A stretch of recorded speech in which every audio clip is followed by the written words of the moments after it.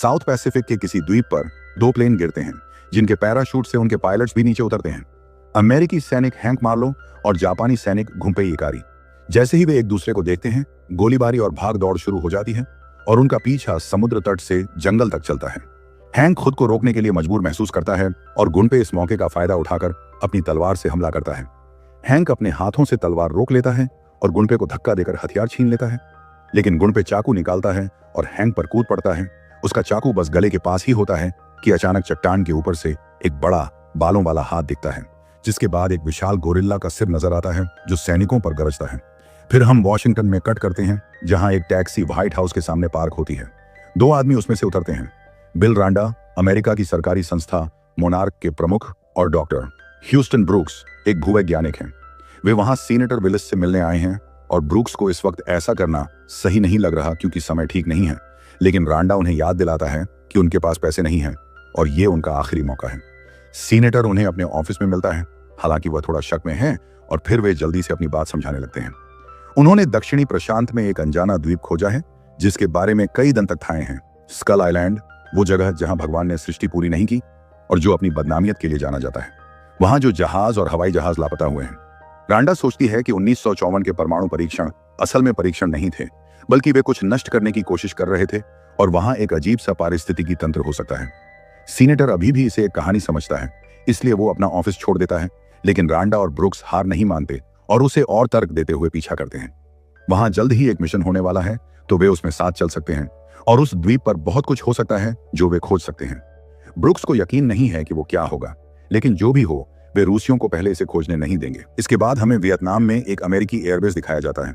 यहाँ हम अधिकारी ग्लेन मिल्स, अर्ल कोल, रेग्स लिवको, रिलिस और उनके लेफ्टिनेंट कर्नल प्रेस्टन पैकार्ड से मिलते हैं। थोड़ी शराब पीने के बाद पैकार्ड अपने ऑफिस वापस चला जाता है, जहां मेजर जैक चैपमैन उसकी खबर लेने आता है। ऐसा लगता है कि चैपमैन के भविष्य में पहले ही कोई नौकरी पक्की हो चुकी है, लेकिन पैकार्ड को ऐसा नहीं लगता। उसकी सारी मेहनत बेकार चली गई थी। पैकार्ड को एक कॉल आती है जिसमें उसे रांडा के मिशन में शामिल होने को कहा जाता है। सैगॉन में ब्रूक्स और रांडा एक बार में जा रहे हैं ताकि एक पूर्व स्पेशल एयर सर्विस कैप्टन को ट्रैकर के तौर पर हायर कर सकें। बार के अंदर उन्हें वो आदमी जेम्स कॉनराड बिलियर्ड्स खेलते हुए मिलता है और पैसे जीत रहा होता है। उसके विपक्षी हार के गुस्से में उसे नुकसान पहुंचाने की कोशिश करते हैं, लेकिन वह अपने बिलियर्ड्स स्टिक से उन्हें जल्दी ही बेहोश कर देता है। कुछ ही देर बाद तीनों एक टेबल पर बैठे होते हैं और डील करने की कोशिश कर रहे होते हैं। कॉनराड सोचता है यह अभियान बेहद खतरनाक है, इसलिए वह उनसे 5 गुना ज्यादा पैसे मांगता है जो वे ऑफर कर रहे हैं, साथ में एक बोनस भी अगर वे वापस लौट आएं। वे मान जाते हैं। फिर कहानी कटती है मेसन वीवर पर, जो एक फोटो जर्नलिस्ट है और अपने डार्क रूम में काम कर रही होती है। उसे फोन आता है कि उसे रांडा के अभियान में शामिल कर लिया गया है, जिससे वह बहुत उत्साहित हो जाती है। जब पूछा जाता है कि वह इसमें इतनी दिलचस्पी क्यों ले रही है, तो वह बताती है कि अलग अलग स्रोतों से उसे जानकारी मिली है। सबने उसे एक ही बात कही, मतलब वो सब झूठ बोल रहे हैं, कुछ ना कुछ तो चल रहा है। कुछ दिन बाद बैंकॉक में सारे लोग नाव पर चढ़ने के लिए इकट्ठा हो रहे हैं। सैनिक इस नई मिशन से खुश नहीं है, क्योंकि उन्हें तो युद्ध खत्म होते ही घर जाने का मन था। वीवर ने खुद का परिचय स्टीव वुडवर्ड से दिया, जो नासा का कर्मचारी है। फिर पैकार्ड से मिली, जो उसकी युद्ध विरोधी पत्रकारिता का समर्थक नहीं था। जब सब लोग नाव पर चढ़ गए तो आखिरकार जहाज रवाना हो गया और सारे खोजकर्ता एक साथ एक और नासा अधिकारी की बात सुनने के लिए इकट्ठे हुए। विक्टर निएवेस बताते हैं कि ये द्वीप एक लगातार चलने वाले तूफानी सिस्टम से घिरा हुआ है। यही वजह है कि ये बाहर की दुनिया से छुपा रहता है, लेकिन पैकार्ड के मिलिट्री हेलीकॉप्टरों की मदद से वे इस पार कर सकते हैं। वे ब्रूक्स और रांडा से भी मिलवाते हैं, साथ में उनकी टीम का तीसरा वैज्ञानिक सानलिन भी है। फिर ब्रूक्स समझाते हैं कि वे विस्फोटकों का इस्तेमाल करेंगे ताकि कंपन पैदा हो और उससे द्वीप का नक्शा बनाया जा सके। फिर चैपमैन बोलता है कि तूफान की वजह से रेडियो सिग्नल ब्लॉक हो जाएंगे, इसलिए वे पूरी तरह अकेले रहेंगे और 3 दिन बाद वे लोग उस द्वीप के उत्तरी छोर पर मिलेंगे। यही एकमात्र सुरक्षित समय है जाने का, और ये कब तक रहेगा कोई नहीं जानता, इसलिए कोई भी इसे मिस मत करना। जब सबको छुट्टी मिल जाती है तो कॉनराड और वीवर नाव की जांच करने निकलते हैं। दोनों को इस मिशन के पीछे के कारणों पर शक होता है और वे एक दूसरे के वहां होने के तर्क पर भी सवाल उठाते हैं। उन्हें जल्दी ही द्वीप का स्थान पता चल जाता है और तूफान असल में कहीं ज्यादा खतरनाक दिखता है। रांडा इसे पार करना चाहता है, निवेश ऐसा नहीं करता। फैसला पैकर्ड पर छोड़ देते हैं, जो तय करता है कि वे अंदर जाएंगे। सारे सैनिक और नागरिक टीम्स हेलीकॉप्टर के एक फ्लीट में चढ़ जाते हैं और वे उड़ान भरते हैं। शुरुआत में सब कुछ आराम से होता है, लेकिन जैसे ही वे तूफान में प्रवेश करते हैं, मामला पेचीदा हो जाता है। लगातार बिजली गिरती रहती है और हेलीकॉप्टर लगातार हिलते रहते हैं, लेकिन पैकर्ड अनुभवी है और अपने आप को संभाले रखता है। अपने बेड़े को इकारस की कहानी सुनाते हुए मार्गदर्शन करता है, जब तक कि वे सुरक्षित तरीके से बाहर नहीं आ जाते। वो द्वीप बेहद खूबसूरत है, लेकिन आनंद लेने का ज्यादा वक्त नहीं है, क्योंकि योजना यही है कि सारे नागरिकों को छोड़कर सिर्फ वीवर, रांडा और कॉनराड को जमीन पर उतारने के बाद हेलीकॉप्टर बम गिराने के लिए तय जगह ढूंढने के लिए उड़ गए। जैसे ही राडार धमाकों की कंपन को पकड़ते हैं, ब्रूक्स की थ्योरी सही साबित होती है। चट्टान के अंदर लगभग खाली जगह है। सब कुछ ठीक चल रहा था कि अचानक एक हेलीकॉप्टर पर उड़ता हुआ पेड़ गिर जाता है और दूसरा हेलीकॉप्टर एक विशाल हाथ द्वारा पकड़ लिया जाता है। हेलीकॉप्टर घुमा दिया जाता है और सैनिक को एक बड़े बंदर का चेहरा दिखता है। उसके बाद उसे वो निगल जाता है। सबकी नजरें उठकर उस विशाल शख्स पर पड़ती हैं जो क्षितिज के सामने खड़ा है, कॉन्ग, वो बड़ा गोरिल्ला। पहले तो वो वहीं खड़ा रहता है, दहाड़ता है, लेकिन जैसे ही सैनिक उस पर गोली चलाते हैं, वो बिना हिचकिचाए खुद की रक्षा करता है। गोलियां उसे ज्यादा नुकसान नहीं पहुंचाती, इसलिए कॉन्ग आसानी से हेलीकॉप्टरों के बीच घूमता है और उन्हें गिरा देता है, और जो कुछ सैनिक जमीन पर सुरक्षित उतर जाते हैं उन्हें भी वो कुचल देता है।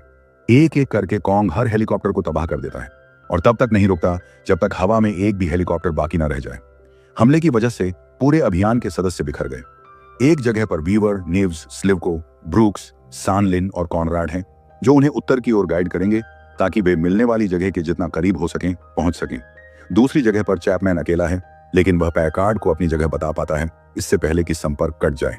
पैकार्ड एक और जगह पर रिले के साथ है, और जब वे चलना शुरू करते हैं तो जल्दी ही कोल, मिल्स, वुडवर्ड और कुछ और सैनिकों को खोज लेते हैं। पता चलता है कि रांडा भी पास ही है, तो पैकार्ड उससे अकेले में बात करने गया। उसने अपना बंदूक उसकी तरफ कर दी और इस अभियान के असली कारण के बारे में पूछा, तो रांडा ने बताया, दानव सच में मौजूद हैं, लेकिन किसी ने कभी उस पर विश्वास नहीं किया। बम इसलिए नहीं गिराए गए थे कि भूगर्भ शास्त्र के लिए, बल्कि कुछ बाहर निकालने के लिए गिराए गए थे। कई साल पहले रांडा एक जहाज में था जिस पर एक दानव ने हमला किया था। वो बच गया, लेकिन सरकार ने उसके परिवार को बताया कि जहाज युद्ध में डूब गया था और जनता को कभी इसके बारे में पता नहीं चला। रांडा ने कभी भी इस बात पर विश्वास खोया नहीं और अब वह इन दानवों को तबाह करना चाहता है। कॉनराड के ग्रुप के पास वापस स्लिव को बाकी लोगों से संपर्क करने की कोशिश करता है, लेकिन कोई जवाब नहीं मिलता। जब वे एक झील के किनारे से गुजरते हैं तो उन्हें एक बड़ा बाइसन जैसा जानवर मिलता है, जिस पर स्लिव को अपनी बंदूक तानता है, लेकिन कॉनराड उसे बंदूक नीचे करने को कहता है क्योंकि जानवर उन पर हमला नहीं कर रहा। थोड़ी देर तक जानवर उन्हें घूरता रहता है, फिर मुड़कर चला जाता है। इस बीच पैकार्ड और उसके सैनिक चैपमैन और खास हथियारों की तलाश में जंगल के अंदर आगे बढ़ रहे हैं। उनमें से एक सैनिक अचानक अपनी गर्दन में एक बड़ी लकड़ी की छड़ी लगने से मर जाता है। जब वे ऊपर देखते हैं तो पता चलता है कि वो छड़ी एक विशाल मकड़ी का पैर है। टीम तुरंत उस पर गोली चलाने लगती है, लेकिन इससे मकड़ी मिल्स को पकड़ने से नहीं रुकती।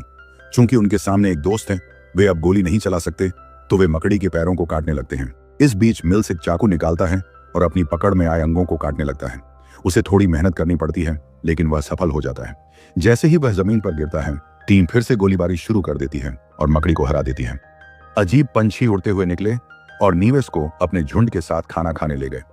वे ज्यादा कुछ नहीं कर सकते थे, बस चलते रहना था। कुछ घंटे बाद वे नाव पर उतरते हैं और पैकार्ड और उसकी टीम से मिलने जाते हैं। अब सब एक साथ हैं। कॉनराड चाहता है कि वे जल्दी से जहाज पर वापस जाएं और निकल जाएं, लेकिन पैकार्ड मना कर देता है। वह अभी भी चैपमैन को ढूंढना चाहता है।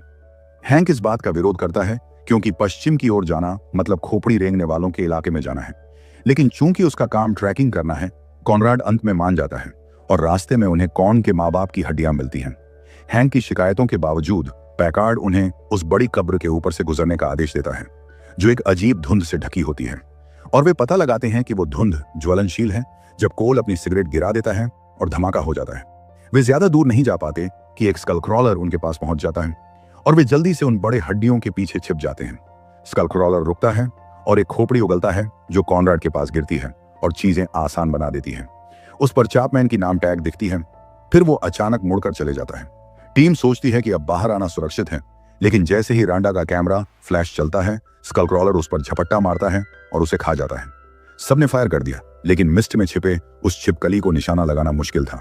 अचानक वो हैंक के सामने आ जाता है, जो तलवार से उसे काटने में कामयाब रहता है, लेकिन फिर वो उसे धक्का देकर हटा देता है और एक सैनिक को खा जाता है। फिर वो वीवर के पीछे पड़ता है, तभी एक और सैनिक अपना फ्लेम थ्रोवर चला देता है। स्कल क्रॉलर अपनी पूंछ से उस सैनिक को मारता है और उसे ऐसे फेंकता है कि जहां वो गिरता है वहां एक और धमाका होता है। स्लेव को उस धमाके से लग जाता है और बेहोश होकर गैस के डिब्बों के पास गिर पड़ता है। पहले वाले अजीब पक्षी अचानक सामने आ जाते हैं और सैनिक उन्हें गोली मारने लगते हैं। इस बीच कॉनराड हैंक की तलवार और फर्श पर पड़ा गैस मास्क उठाता है और उसे पहनकर गैस लीक वाली जगह में घुस जाता है। रास्ते में वो हर पक्षी को काटता चला जाता है जब तक कि वो स्लिव को तक पहुंच नहीं जाता, लेकिन स्कल क्रॉलर भी उनके पास आ चुका होता है। सौभाग्य से वीवर ठीक समय पर आ जाता है और कॉनराड की लाइटर उस दानव की तरफ फेंक देता है, जिससे वो फट जाता है। फिर वे उस सामूहिक कब्र को पीछे छोड़कर निकल जाते हैं। हैंक पैकार्ड को याद दिलाता है कि ये कितना बेकार आइडिया है और कॉनराड सबको बताता है कि चैपमैन मर चुका है, जिसे वह उस नाम टैग को दिखाकर साबित करता है जो वो जीव ने उल्टी कर दिया था। लेकिन पैकार्ड को कोई फर्क नहीं पड़ता। वह अभी भी क्रैश साइट तक पहुंचना चाहता है ताकि वहां से विस्फोटक लेकर कांग को मार सके। हैंक, कॉनराड, वैज्ञानिक और वीवर उसे रोकने की कोशिश करते हैं, समझाते हैं कि कांग अच्छा है और बस अपनी रक्षा कर रहा था, लेकिन पैकार्ड उनकी नहीं सुनता। सब अपनी हथियार निकाल लेते हैं और ऐसा लगने लगता है कि लड़ाई होने वाली है, लेकिन कॉनराड बीच बचाव करता है और पैकार्ड को जगह बताता है। वो और उसके सैनिकों को जो चाहिए वो ले लेंगे, लेकिन बाकी आम लोगों को वापस नाव तक ले जाएंगे, सिवाय वुडवर्ड के, जो सैनिकों के साथ जाता है। रास्ते में उन्हें चैपमैन की चीजें मिलती हैं, जिन्हें वे उठा लेते हैं ताकि उसे उसके परिवार तक भेज सकें। इस बीच कॉनराड अपनी टीम से कहता है कि थॉर्डा रुको, क्योंकि उसे ऊंची जगह ढूंढनी है। वीवर उसके साथ चलता है। जब पैकर्ड की टोली हथियार ढूंढ लेती है और कांग के लिए आग लगाकर जाल बनाने लगती है, तब तक रात हो चुकी होती है। हम फिर से कॉनराड और वीवर पर कट करते हैं, जो एक चट्टान के किनारे पहुंचते हैं और वहां से अच्छी तरह से नजारा लेते हैं। नदी और नाव कहां हो सकती है, ये सोचते समझते उसी वक्त कॉन्ग उनके पास आता है, लेकिन वह हमला नहीं करता, क्योंकि उसने वीवर को पहचान लिया है, जो अब इतना बहादुर महसूस करता है कि कॉन्ग की नाक तक छू लेता है। कॉन्ग को इससे कोई फर्क नहीं पड़ता, लेकिन जैसे ही वह सैनिकों द्वारा फेंके गए धमाके सुनता है, वह दहाड़ मारता है और चला जाता है। कॉनराड और वीवर अपनी टीम के पास लौटते हैं और उन्हें नाव पर वापस भेजते हैं। वैज्ञानिक उनकी बात मानते हैं, लेकिन हैंक भी उनके साथ जुड़ जाता है जब उसे पता चलता है कि वे कॉन्ग को बचाना चाहते हैं। इस बीच कॉन्ग सैनिकों के पास पहुंच चुका है और लड़ने के लिए तैयार है। वह पानी पर उनके पास दौड़ता है, लेकिन पैकार्ड एक मशाल फेंकता है और शुरू करता है। बंदर के चारों तरफ आग की एक अंगूठी बनी हुई थी। शुरू में ऐसा लग रहा था कि कॉन्ग इतना दर्द में है कि हिल भी नहीं पा रहा, लेकिन आखिरकार वह आग की लपटों को पार कर गया और वुडवार्ड को अपने हाथ से मार दिया, फिर जमीन पर गिर पड़ा। पैकार्ड अपने सैनिकों से अपने विस्फोटक लगाने को कहता है, लेकिन उनकी आंखों में झलक रहा है कि वे कॉन्ग को दर्द में देखकर हिचक रहे हैं। जैसे ही वे सभी डिटोनेटर पकड़ते हैं, कॉनराड, वीवर और हैंक आते हैं उन्हें रोकने के लिए। सैनिक और नागरिक एक दूसरे की तरफ हथियार ताने खड़े हो जाते हैं, जबकि पैकार्ड एक सैनिक के गंदे काम के बारे में गुस्से में बोलता रहता है। समूह एक लड़खड़ाहट में दिखता है, कम से कम तब तक जब तक स्लिव को नहीं आता। वो निकलता है और पैकार्ड की तरफ इशारा करता है। कॉनराड कहता है अब खत्म, लेकिन तभी पानी में से एक आवाज आती है। वो सबसे बड़ा स्कल क्रॉलर है। सब लोग भाग जाते हैं सिवाय पैकार्ड के, जो डिटोनेटर ऑन करने के लिए वहीं रुक जाता है ताकि कॉन को मार सके, लेकिन कॉन के जागने पर वो उसके हाथों कुचला जाता है। कॉन उस छिपकली से लड़ाई करता है, लेकिन जल्दी ही उसकी ताकत से हार जाता है। सूरज निकलता है जब ग्रुप द्वीप के किनारे पहुंचता है। वे वीर को फ्लेयर फायर करने भेजते हैं ताकि ब्रूक्स उसे देख सके, और वे कुछ ध्यान भटकाने की तैयारी करते हैं ताकि उन्हें थोड़ा वक्त मिल सके। कॉनराड और सैनिक, जैसे ही स्कल क्रॉलर अपनी पीछा शुरू करता है, कोल पीछे रहकर खुद को बलिदान करने का फैसला करता है ताकि जब छिपकली करीब आए तो वो अपने विस्फोटक फोड़ सके, लेकिन उसकी पूंछ से उसे धक्का लग जाता है। स्कल क्रॉलर बाकी टीम को पकड़ने वाला होता है कि तभी कॉन्ग फिर से आता है और छिपकली को बार बार मुक्के मारता और तोड़ता है, जबकि वीवर किसी ऊंची जगह पर पहुंचकर फ्लेयर फायर करता है। कुछ और वारों के बाद, जिनमें एक पेड़ से टकराना भी शामिल है, स्कल क्रॉलर कॉन्ग को पीछे धकेल देता है और गलती से वो उन चेन में फंस जाता है जो उसे बांधे हुए थी।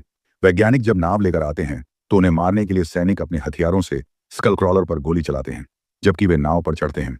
उनके और एक फ्लेयर के बीच वीवर उसकी गर्दन पर गोली मारता है, जिससे वे मॉन्स्टर का ध्यान भटकाने में कामयाब हो जाते हैं और कॉन्ग खुद को जंजीरों से आजाद कर लेता है।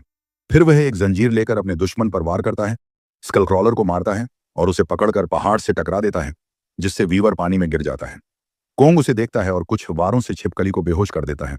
फिर वीवर को बचाने के लिए पानी में हाथ डालता है। वह उसे बाहर निकालता है। ठीक उसी समय स्कल क्रॉलर फिर से वापस आता है, कॉन्ग पर छलांग लगाता है और अपनी जीभ से उसका कलाई पकड़ लेता है। कॉन्ग मौका पाते ही उसकी जीभ पकड़ लेता है और उसका पेट फाड़कर स्कल क्रॉलर को मार देता है।